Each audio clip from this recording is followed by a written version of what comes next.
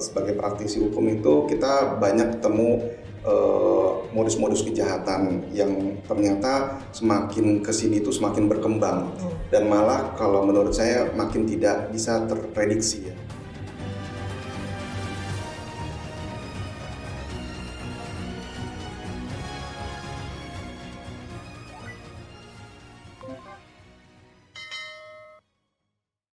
Berjumpa lagi bersama saya Flamanda Tampumuri di Berbisik Berbincang Asik di podcast Kompolas Channel. Saat ini telah hadir di studio bersama kita semua Mas Garnadi Malanda. Apa kabar Mas? Halo, selamat sore Manda. Baik, alhamdulillah. Lama tak jumpa Mas. Iya, gimana Manda kabarnya? Puji Tuhan, kabar baik Mas. Keren. Iya, gimana? Sekarang kesibukan apa aja nih Mas sekarang? Oke, jadi makasih saya udah bisa hadir di podcastnya Manda nih, keren banget ya. Jadi mudah-mudahan sukses terus. Amin. Kesibukan saya sih belakangan ini masih itu aja sih gitu. Jadi kan karena saya memang basicnya konsultan hukum ya. Jadi selama saya berkarir saya memang adalah profesi saya konsultan hukum. Terus kemudian saya S2 kemarin itu di UI, kebetulan saya ngambil prodi kajian terorisme. Nah, setelah dari prodi ini saya lulus di 2019. Kebetulan saya diajak untuk jadi deputi dan juga peneliti utama di Arcure, lembaga riset yang berdiri di bawah SKSG atau Sekolah Kajian Strategik dan Global UI. Namanya RCURE ya, Research Center for Security and Violent Extremism. Keren. Nah, terus selain RCURE dan juga kerjaan saya sebagai konsultan hukum, ini bukannya saya nambah-nambah kerjaan ya, tapi saya ngerasa bahwa memang kita ini kalau misalkan menulis atau kita belajar, ya itu harus berdampak ya buat publik, buat masyarakat sekitar. Jadi kebetulan saya juga ikut ngebantu teman-teman konsultan. Nama consulting firmnya adalah Adi Aksara Gautama. Itu kami adalah tim konsultan untuk membantu pengembangan kapasitas dan organisasi lembaga penegak hukum di Indonesia. Nah, saat ini memang kami sudah membantu dan memberikan asistensi kepada Direktorat Tindak Pidana Terorisme dan Lintas Negara di Kejaksaan Agung Republik Indonesia. Nah, terus setelah itu saya juga bersama-sama salah satu alumni kajian terorisme UI juga, namanya Prihandoko, kami menggagas sebuah gerakan, namanya Gerakan Cerdas Berdonasi, Manda. Nah, Gerakan Cerdas Berdonasi ini terus terang merupakan buah dari penelitian saya di kajian terorisme UI. Jadi ketika saya menulis tesis, kebetulan saya sama Prihandoko itu mendapatkan dana hibah penelitian dari UI di tahun 2018. Dan kami memiliki concern dan penelitian yang sama di bidang pendanaan terorisme dan penyalahgunaan donasi terutama untuk tujuan terorisme itu sendiri. Nah, di tahun 2021 di bulan November tepatnya kami meluncurkanlah Gerakan Cerdas Berdonasi ini. Di mana diluncurkannya? Di platform media sosial.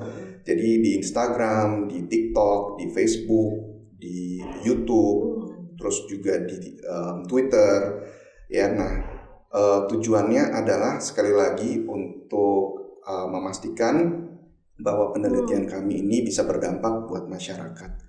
Jadi balik lagi ke yang tadi saya sebutkan di awal, selain dari profesi yang saya jalankan, karena saya itu mengabdikan diri saya sebagai peneliti itu ketika saya kuliah di UI ya. Jadi bagaimana supaya penelitian dan tulisan kita itu berdampak buat masyarakat. Makanya ada beberapa pekerjaan saya yang lain. Seperti itu sih kesibukannya Manda. Tapi kalau ditanya berarti sibuk banget. Ya enggak, buktinya bisa kesini.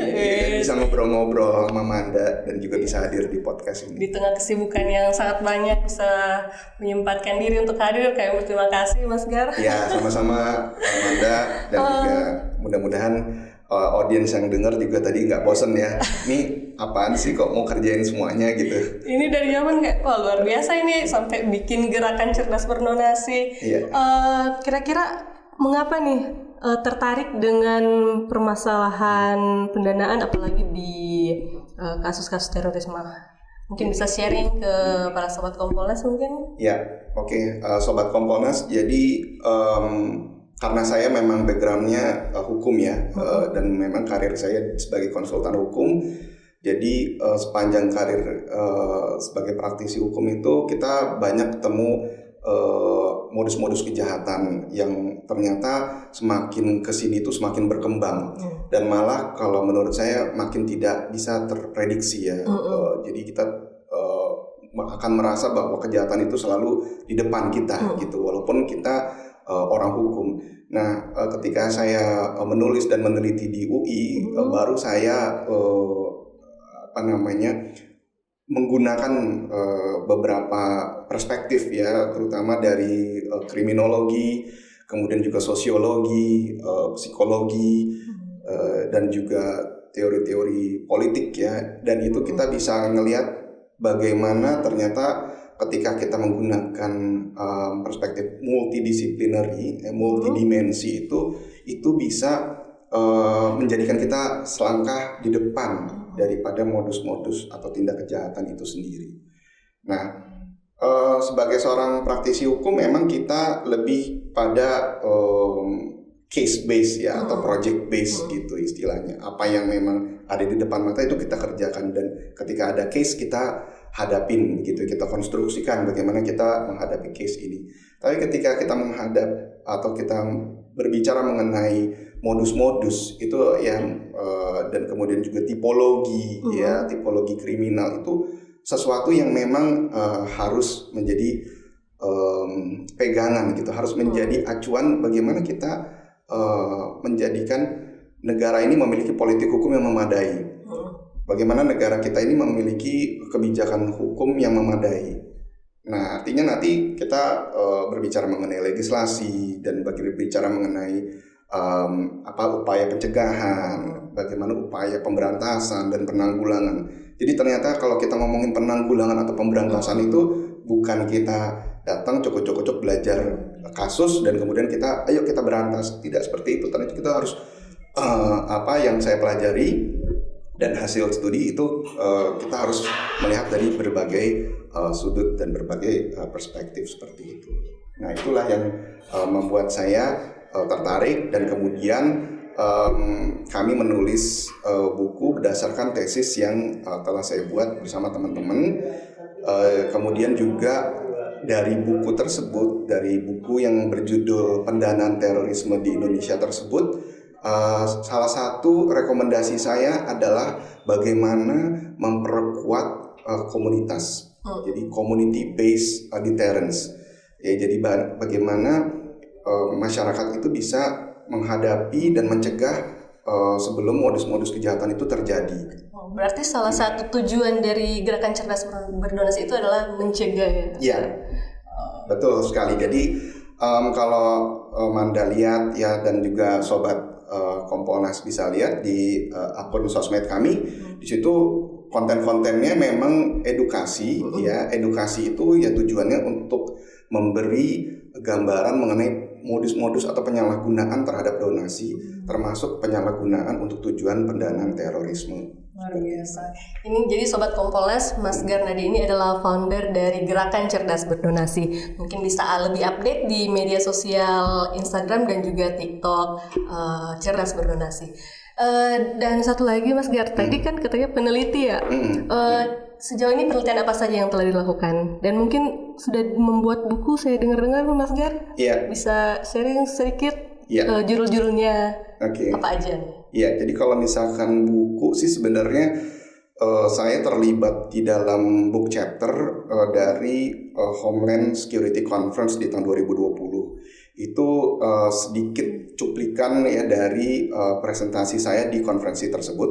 Konferensi tersebut diadakan di Jakarta di JCC persis sebelum COVID waktu itu di bulan Maret tahun 2020. Judulnya adalah Forecasting the Threat of Terrorism Financing. Jadi bagaimana kita itu bisa mengetahui atau memprediksi kira-kira ancaman pendanaan terorisme itu 5 tahun 10 tahun ke depan itu seperti apa dengan berangkat dari situasi atau kondisi yang kita jalankan saat ini seperti itu. Nah, kemudian yang kedua adalah buku Pendanaan Terorisme di Indonesia yang tadi saya sebutkan di awal.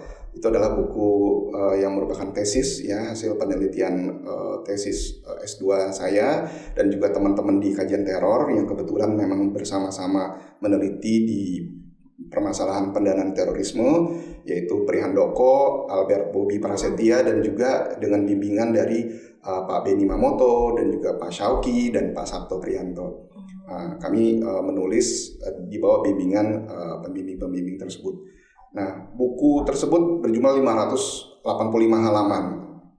Jadi memang lebih sifatnya lebih buku akademisi ya, buku akademik gitu ya.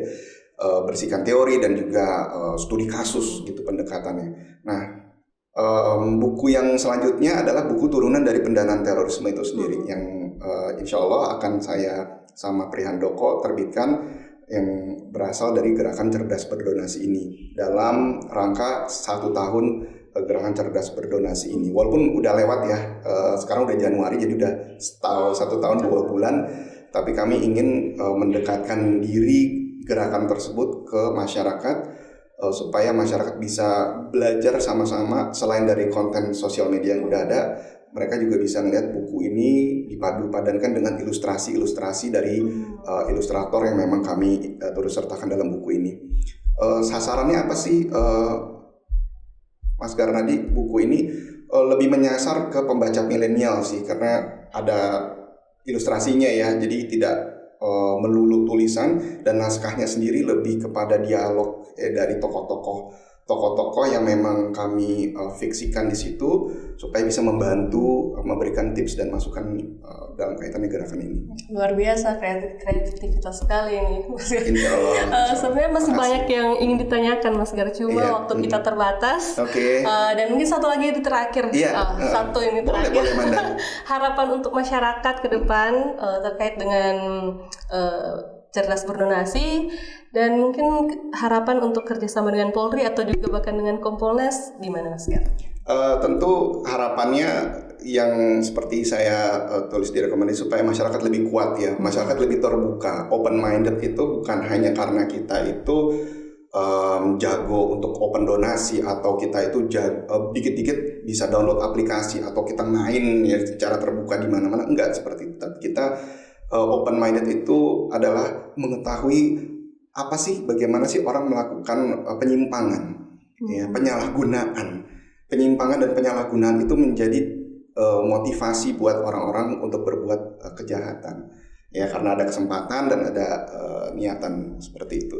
Nah, harapannya tentu supaya masyarakat lebih kuat, lebih teredukasi ke depannya dari gerakan cerdas berdonasi ini, dan supaya kami bisa menjadi jembatan ya, mediator untuk elemen-elemen yang lain. Kalau dalam konsep pentahelix itu berarti kita adalah sebagai social community, kemudian ada pemerintah, tentu kami libatkan, tentu juga kami libatkan akademisi, kami libatkan juga media gitu ya, dan juga kami libatkan elemen lainnya gitu yang menjadikan itu sebagai pentahelix seperti itu.